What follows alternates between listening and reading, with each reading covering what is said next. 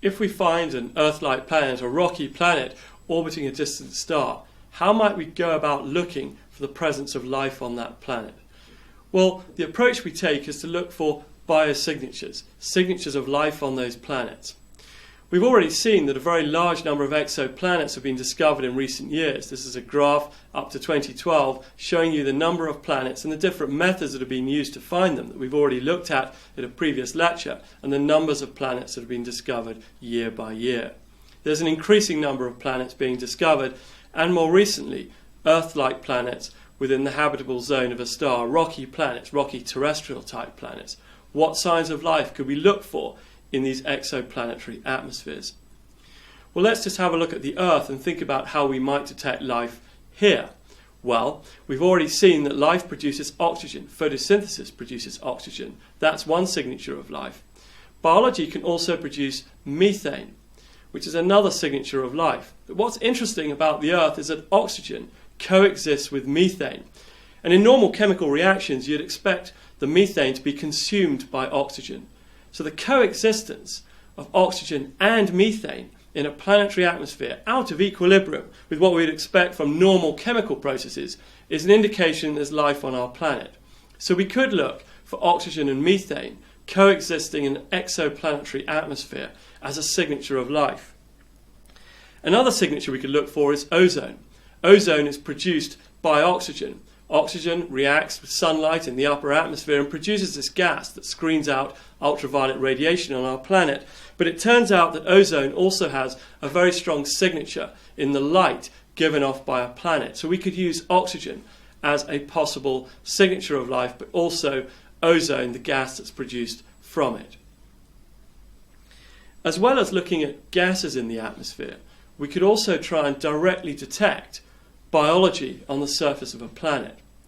Vegetation on our own planet gives a very detectable signature because it reflects infrared light. We'll look at this in more detail later, but if we look at the infrared light given off by a planet, we could plausibly detect vegetation-like life on the surface of an extrasolar planet, just as we can detect vegetation on the surface of the Earth by looking at the infrared radiation it gives off by satellites orbiting the Earth.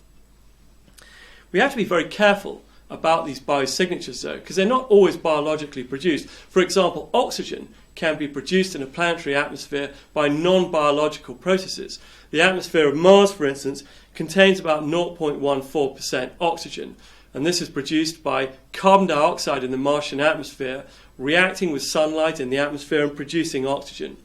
But it's true to say that you can't really get very high concentrations of oxygen in an atmosphere by non-biological processes, particularly on a planet where there's liquid water. On our own planet, with 21% oxygen, that level of oxygen is really a very strong indication of life. You can't get that level of oxygen on a planet where there's no life. But what about planets that are anoxic, that have very low concentrations of oxygen?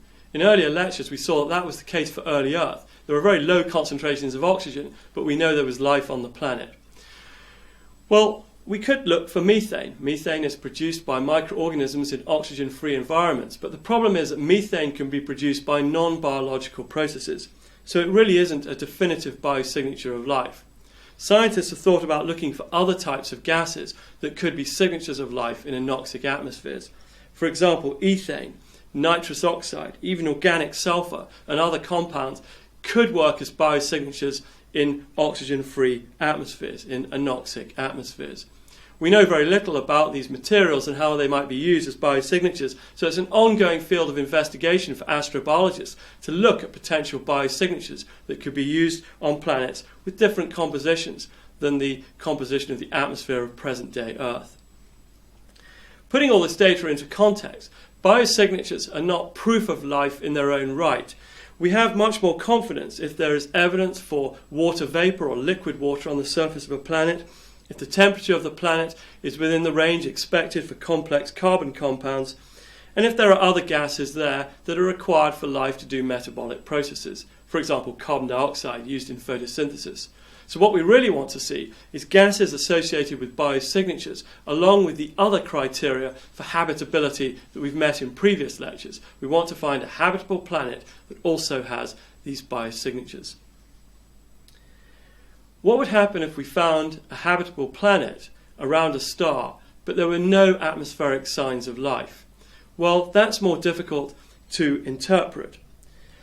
There might be some reasons for that. For example, there might be life on that planet, but we just can't see it. There isn't enough of it for us to see a biosignature or to detect it directly on the planetary surface. We could be looking for the wrong thing. Maybe we found a planet that's habitable and happens to have life as we don't know it. Maybe it's doing metabolic processes that we simply can't detect because we're not looking for the right biosignature. Maybe life on that planet is in the subsurface and it's not producing enough gases or changing the surface of the planet to make itself detectable. Or maybe the planet just has no life. It's habitable, yet uninhabited. It could be that there's been no origin of life on that planet. So although conditions are suitable for life, there's no life that has originated there in order to be able to make use of these conditions to grow, evolve and proliferate on that planetary surface. So what have we learned in this lecture? Well, we've learned that the Earth's atmospheric composition is dependent on biologically mediated processes such as photosynthesis.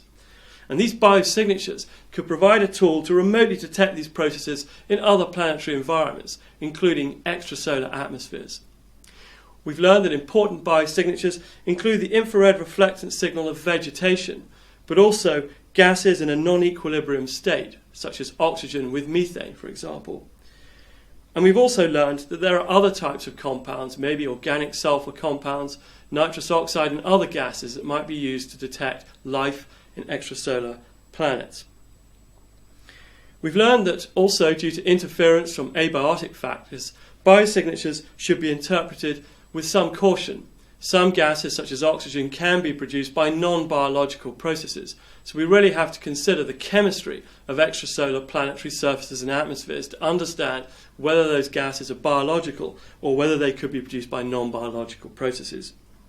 We've learned that the availability of liquid water, a suitable temperature regime, and other gases such as carbon dioxide must also be considered within our assessment of a planet as possibly harbouring life. We need to see conditions for habitability. But we've also thought about the possibility that if we detect no signs of biological processes in a given atmosphere, life might still be present on that planet, just not to the extent that makes itself detectable, or maybe in a form that makes it undetectable using the assumptions that we've made already.